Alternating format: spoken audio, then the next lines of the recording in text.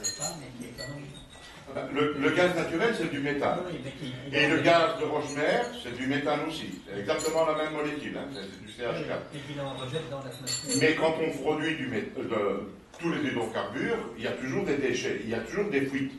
Mais ces fuites sont très minimales au niveau du prix de production. Parce qu'il n'y a pas d'intérêt à produire, à avoir des fuites. Donc c'est contre-productif du point de vue économique d'avoir des fuites. Et tout ça est réglementé. La vraie source de méthane, je parle de méthane, de gaz naturel, je ne parle pas des vaches. Hein. Ça c'est autre chose. Hein. Ça aussi c'est naturel. Mais le vrai souci du gaz, c'est le réseau de Gazprom. Parce que lorsque les Russes, l'Union soviétique, avaient voulu développer ce réseau de gaz pour exporter du gaz vers l'Europe, on importe 40% de notre gaz de Russie. Monsieur Reagan, dans le cadre de la lutte de la guerre froide, avait interdit la vente des meilleurs équipements, sous prétexte, ou peut-être avec raison, je ne sais pas, que ça pouvait être utilisé aussi pour des raisons de l'industrie de l'armement. Et donc, les tuyaux russes qui traversent une grosse partie de la Russie fuitent. Et il y a beaucoup de pertes. Et ça, c'est un vrai souci. Bon, ça, c'est la Russie, on ne peut rien y faire. Merci. Autre question. Ah, nous en avons deux, Eric et Pierre. Si vous pouvez peut-être brièvement vous présenter, oui. Voilà, je suis Eric Lozel et je suis médecin à Bruxelles. Mais voilà, pour la santé, c'est important de se soucier de ce genre de choses quand même. J'ai en somme deux questions. D'abord, vous avez dit que la production tant de pétrole que de gaz augmente de façon linéaire chaque année. C'est une question assez personnelle. Est-ce que vous trouvez que c'est utile alors d'investir dans des sources renouvelables très chères, l'énergie dans la mer, etc. La première question. La deuxième question, un peu bête. Ce gaz liquide dont vous parlez, est-ce qu'on peut l'employer facilement dans le réseau de chaudières, par exemple, que nous avons chez nous? Est-ce qu'il faut une adaptation? Voilà. Alors, comme je vous ai montré avec un graphique au tout début, on s'attend à un développement des énergies alternatives. Il va y avoir un développement pour des raisons politiques. Les citoyens croient en cela, donc les politiciens sont prêts à mettre de l'argent public pour en produire plus. Mais ça ne va rien changer dans les pures mondiales. Les besoins mondiaux sont gigantesques, en particulier l'Inde, la Chine, et que donc on est en train de s'amuser là avec la production d'énergie renouvelable au point de vue global. Deuxièmement, ce LNG, c'est du gaz, c'est du méthane. Donc on peut le brûler directement dans toutes les installations où il y a du méthane aujourd'hui.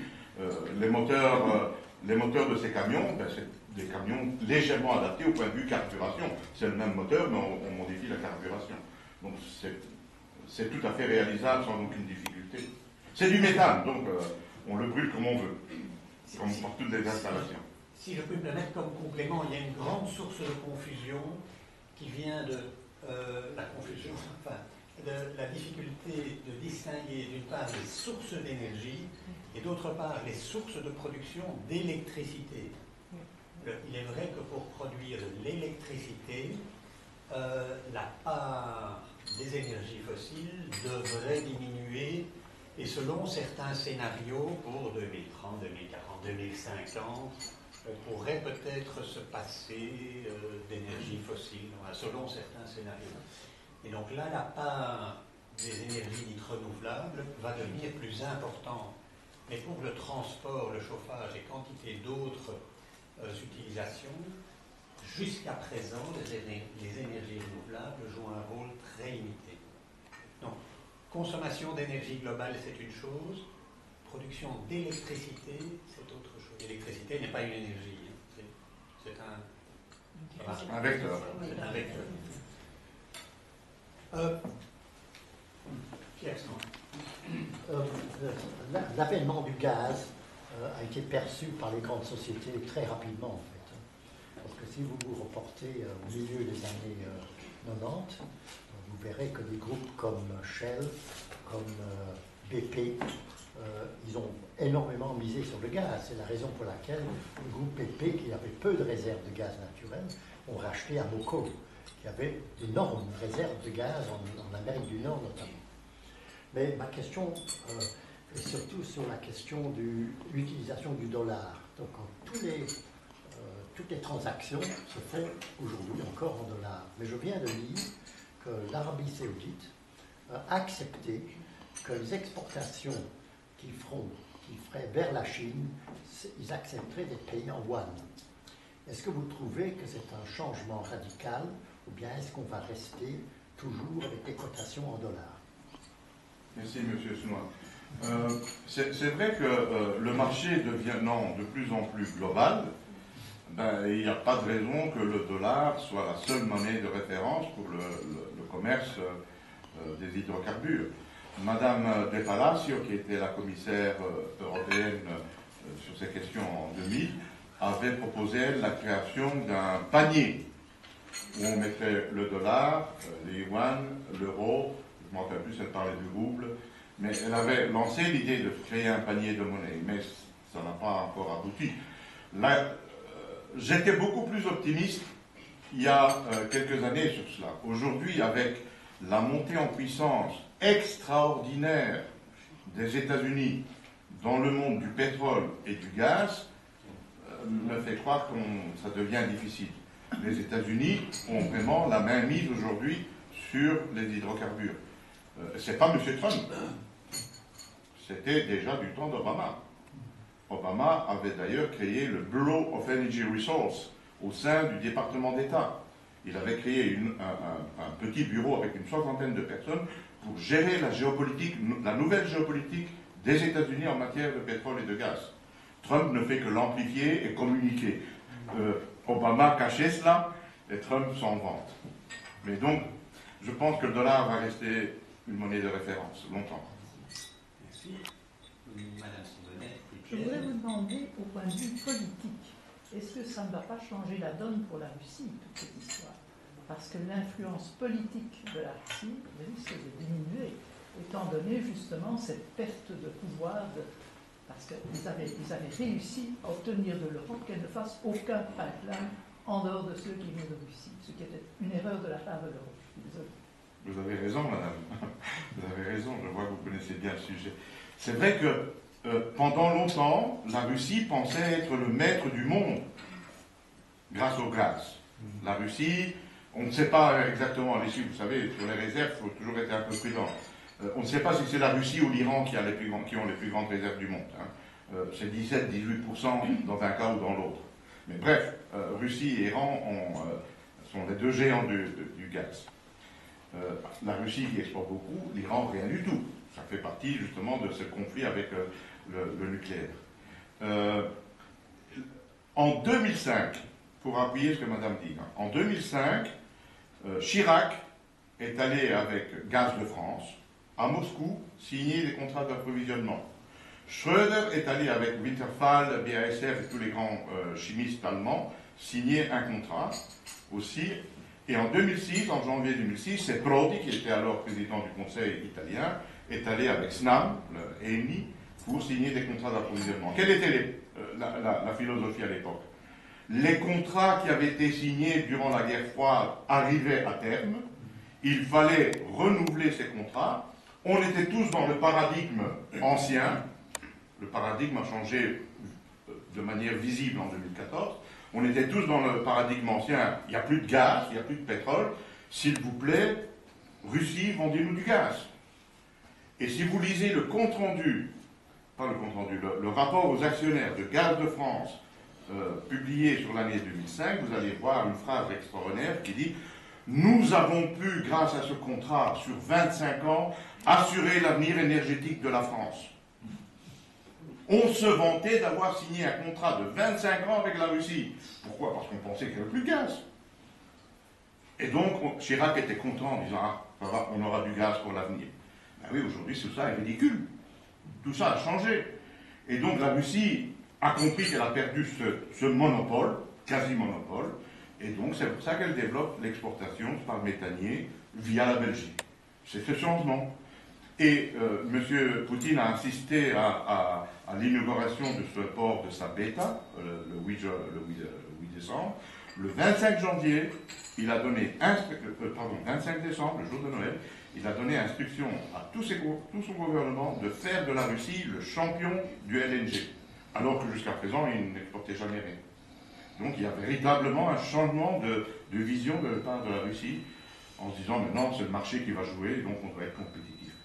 Je voudrais ajouter à ceci, est-ce que ce n'est pas aussi une raison pour laquelle le problème de la Syrie pourrait être réglé plus facilement? Parce que pour l'instant, ce que veut la Russie, c'est Tartus, c'est le port, c'est l'accès à la Exactement.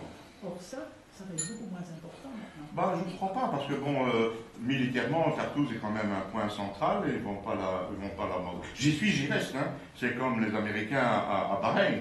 J'y suis, j'y reste. On n'a plus besoin du pétrole saoudien, on n'a plus besoin du pétrole du Moyen-Orient. Mais bon, si je quitte, c'est quelqu'un d'autre qui vient. Donc j'y suis, j'y reste, la stratégie de la Russie à Tartus et des Américains à Bahreïn. Je reviens à la discussion sur le dollar. Vous n'avez pas beaucoup parlé du problème canadien. Au Canada, il y a donc ce conflit entre l'Alberta et la Colombie-Britannique pour l'extension du développement des ports. Vous êtes en pleine actualité, là, monsieur Lafont. Monsieur Trudeau a réduit son séjour à l'étranger pour régler ça. Bien, je m'en réjouis, j'espère qu'il va régler. Donc, la question est de savoir que, donc, de nouveau, l'Empire américain est en train de garder, en plus de tout le Moyen-Orient, encore une augmentation de son pouvoir. Et donc, je voulais savoir si vous êtes d'accord d'abord, et ensuite, quelles sont les conséquences à long terme dans cette nouvelle guerre économique que Trump lance tous azimuts. Oui, je n'ai pas parlé d'Amérique du Nord en tant que tel, mais le cœur de l'énergie va devenir l'Amérique du Nord. Ces gisements de pétrole et de gaz de roche-mer qui se situent dans le sud, du côté du Texas, et dans le nord, du côté du Dakota, se prolongent d'une part vers le Mexique et d'autre part vers le Saskatchewan et l'Alberta. Donc toute l'Amérique du Nord est bourrée de roche-mer. Et c'est l'ensemble de l'Amérique du Nord qui est en train de préparer la stratégie. Avec d'ailleurs le président Nieto du Mexique, qui avait fait campagne pour revoir la constitution mexicaine, qui avait nationalisé en 1936 le pétrole américain. C'est pour ça qu'on dit Yankees fuera. Aujourd'hui, M. Nieto se rend compte que la technologie est la clé, j'en ai pas beaucoup parlé, mais la technologie est quand même fort importante, et les Mexicains n'avaient plus cette technologie. Donc ils ont maintenant ouvert les marchés mexicains, les Canadiens font le même, et donc c'est l'ensemble de l'Amérique du Nord qui va devenir le cœur du monde de l'énergie. En concurrence avec le Moyen-Orient. En concurrence avec le Moyen-Orient, qui va de toute façon pas disparaître parce que les réserves sont gigantesques là-bas aussi. Tout ça renforce votre point en savoir que l'avenir c'est le gaz. Tout ça renforce le fait que ça va, les hydrocarbures vont devenir de plus en plus importants. Le fait que le gaz va prendre une part du transport, pas beaucoup, hein, il ne faut pas qu'il prenne 30%. Le fait qu'il va prendre une partie du transport va mettre sous pression le marché pétrolier. Et donc le marché pétrolier ne peut plus augmenter. Le marché pétrolier doit rester au niveau où il est actuellement. Si. Oui, Alain Huet, je m'occupe de cybersécurité, mais je suis ingénieur, donc je m'intéresse toujours assez bien à la problématique de l'énergie. Nous connaissons tous Damien Ernst, évidemment. Oui. Et je me souviens, il y a 2-3 ans, Damien avait fait la promotion, c'était sur LinkedIn, d'une communication d'un expert chinois qui avait présenté un projet gigantesque de parc éolien. L'idée, c'était de couvrir l'Asie centrale d'éoliennes, où les vents sont réguliers, où il n'y a pas de problème de voisinage, etc. Et ce projet prétendait pouvoir alimenter en électricité au moins toute la Chine, si pas l'Inde, la Russie et l'Europe. Bon, c'est assez mégalo, évidemment. Qu'est-ce que vous pensez d'un projet comme ça? Si c'était bien, ça se ferait. Ça pourrait se faire, peut-être. Ben oui, ben, ça ne sera pas fait en 2 ans, évidemment. Il faudra au moins 30 ou 40 ans pour le faire. Ah oui, bon, dans 30 ou 40 ans, tout peut changer. La preuve, c'est qu'on s'est trompé pendant 20-40 ans. Hein. Donc, la science-fiction, ça ne m'intéresse plus. Ce qui m'intéresse, c'est ce qui se passe aujourd'hui dans le marché de l'énergie. Alors, venir avec des plans sur la comète en disant que toute la Chine va être couverte d'éoliennes, je pense que les Chinois, d'abord, n'accepteraient pas. Et je vous signale que le gouvernement chinois, l'année dernière, a interdit le développement de l'éolien. Si vous voulez, je vous envoie le texte. Ah, d'accord.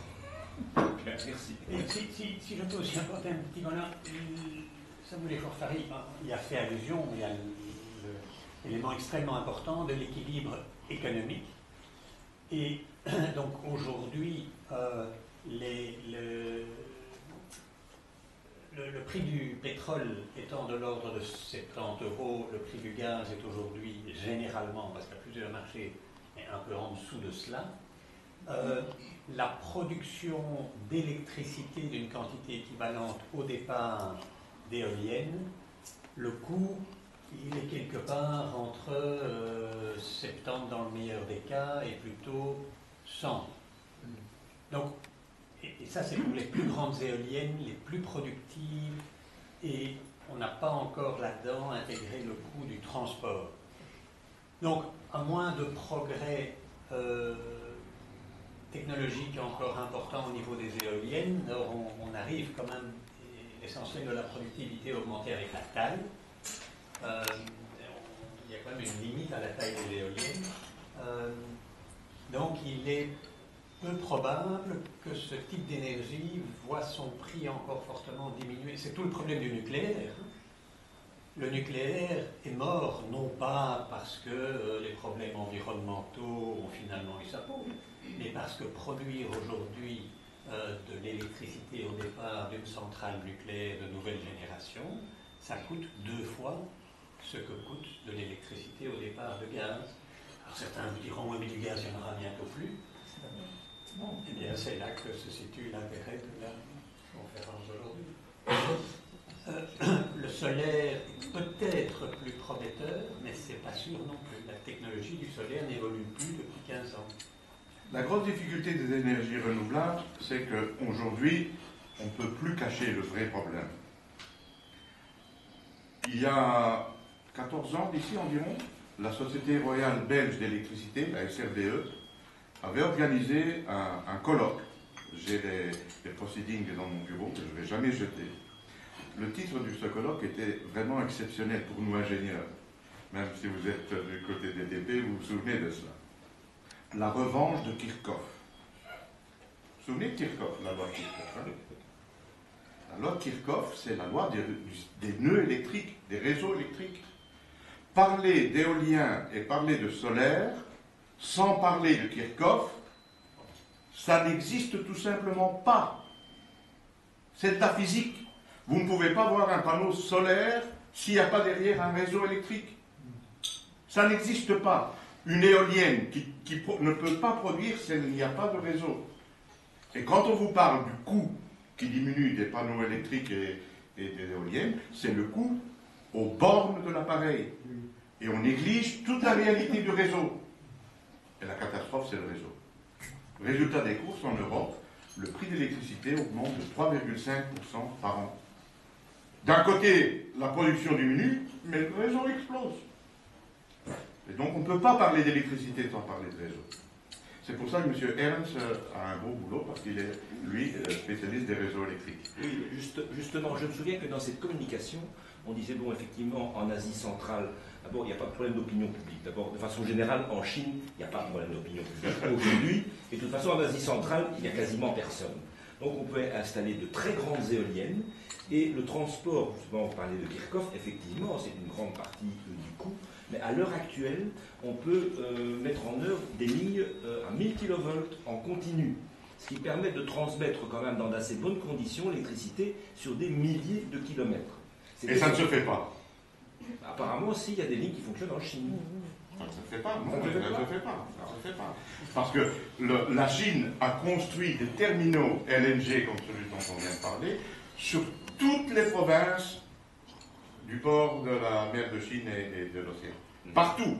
Il y a 28 terminaux gaziers en Chine. Plus toutes les connexions à travers le Kazakhstan qui viennent de l'Ouzbékistan pour alimenter l'ouest de la Chine en gaz.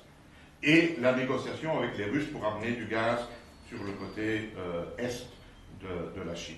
Donc la Chine mise à fond sur le gaz.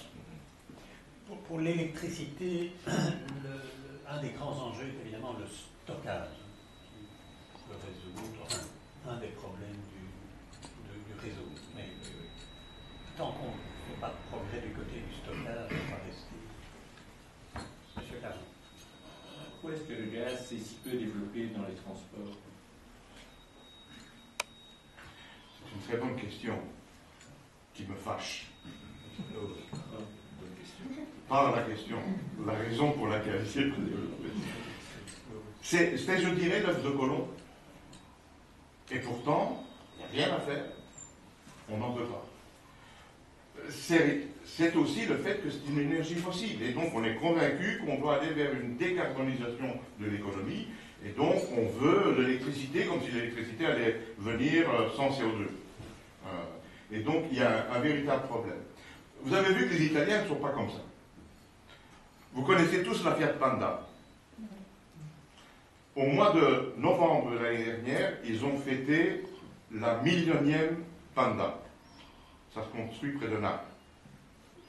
Au mois de février de l'année dernière, donc avant cela, ils avaient fêté la 300 000e Fiat au gaz naturel. On n'en parle pas. Un tiers des pandas fonctionnent au gaz naturel. Liquide ou compressé? Pardon? C'est liquide ou c'est compressé? Compressé. Parce que les petites voitures, c'est compressé. Hein. Il faut le transformer. Oui, c'est compressé. C'est du gaz naturel compressé. Comme dans une bonbonne. Mais ça vaut la peine parce que c'est économique. Le gaz liquide, c'est pour faire des longues distances.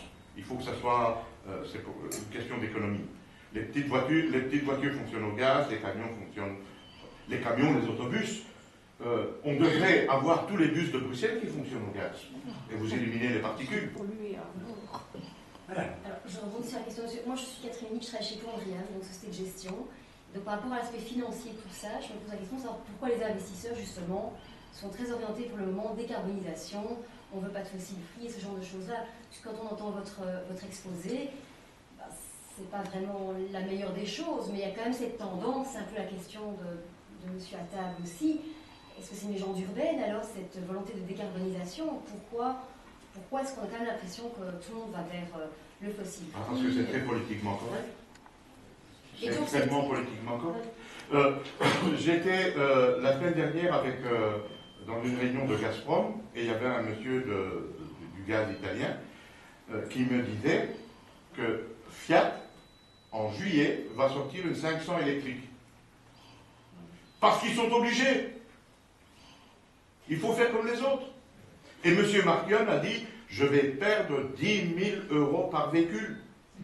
Mais je suis obligé de le faire. Parce que tout le monde me dit qu'il faut faire des véhicules électriques. On voit les universités, par exemple, même les universités, elles sont convaincues qu'il faut investir dans des produits fossiles free. Mais il n'y a plus moyen d'obtenir un subside, qu'il soit européen ou belge, si vous ne mettez pas la décarbonisation dans votre projet. Hein. C'est aussi simple que ça.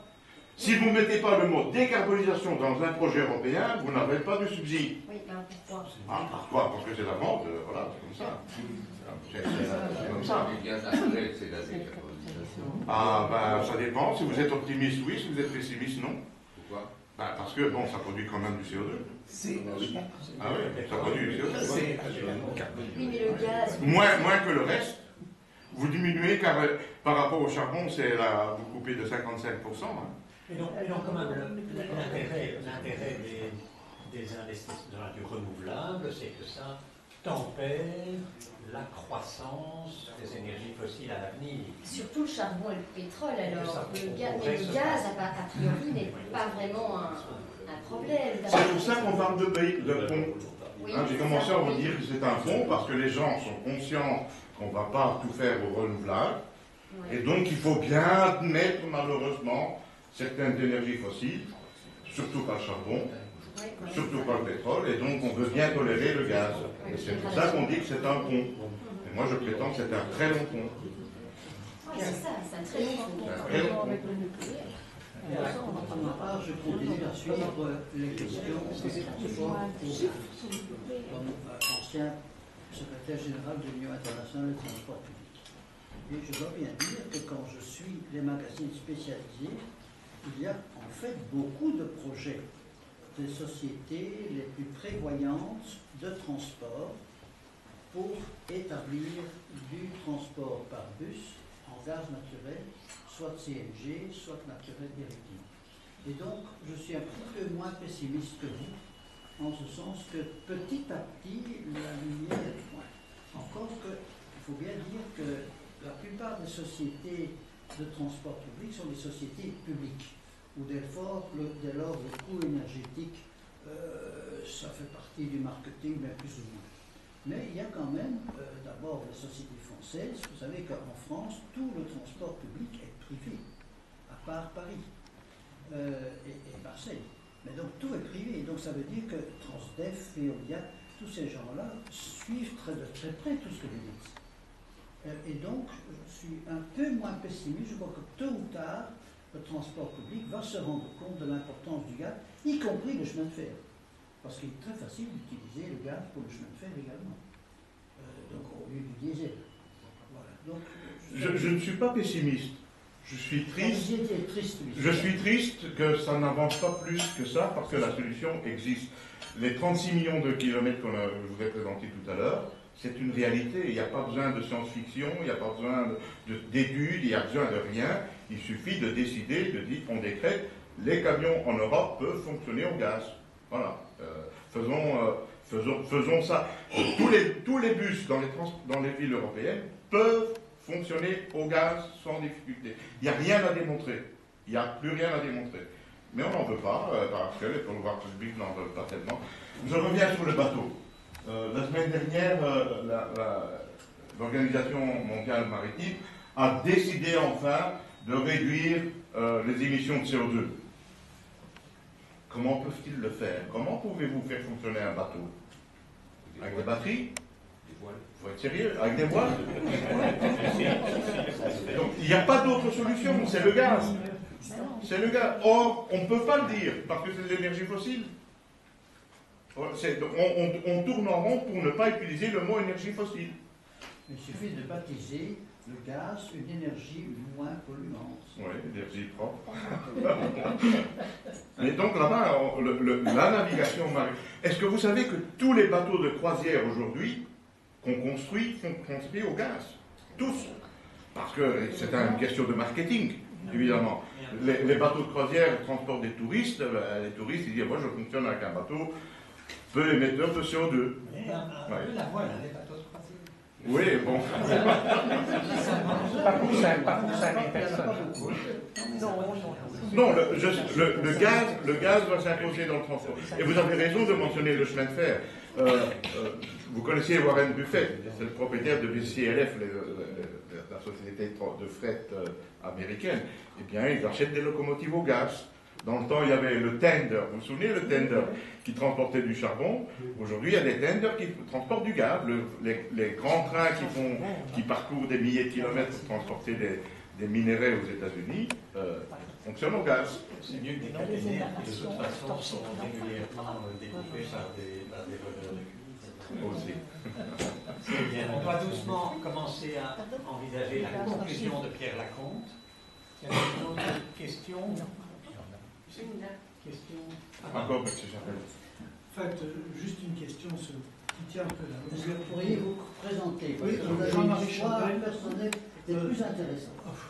Je ne vais pas tout raconter, mais Jean-Marie Chandel, professeur émérite à l'ULB, ancien directeur général de CEMEURO, l'Association européenne du ciment, et ex-société. C'est comme ça qu'on s'est connus, dans le ciment. Voilà. Le ciment est une industrie intensive en énergie fossile. Il y en a d'autres, les choux fourniers, il y en a bien d'autres finalement.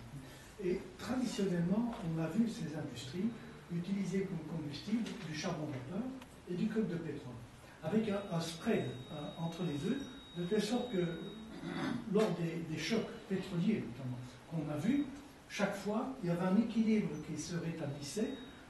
Si le pétrole commençait à coûter trop cher, on passait au charbon vapeur, du coup, le prix du pétrole devient bien à l'équilibre. Aujourd'hui, avec le gaz, on constate que c'est fini. Mais les gens en aval s'interrogent un peu sur la longueur du pont.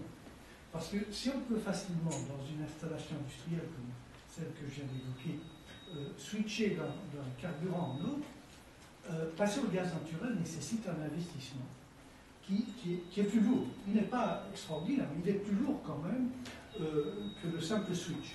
Et je constate qu'il y a un certain retard, que les gens hésitent.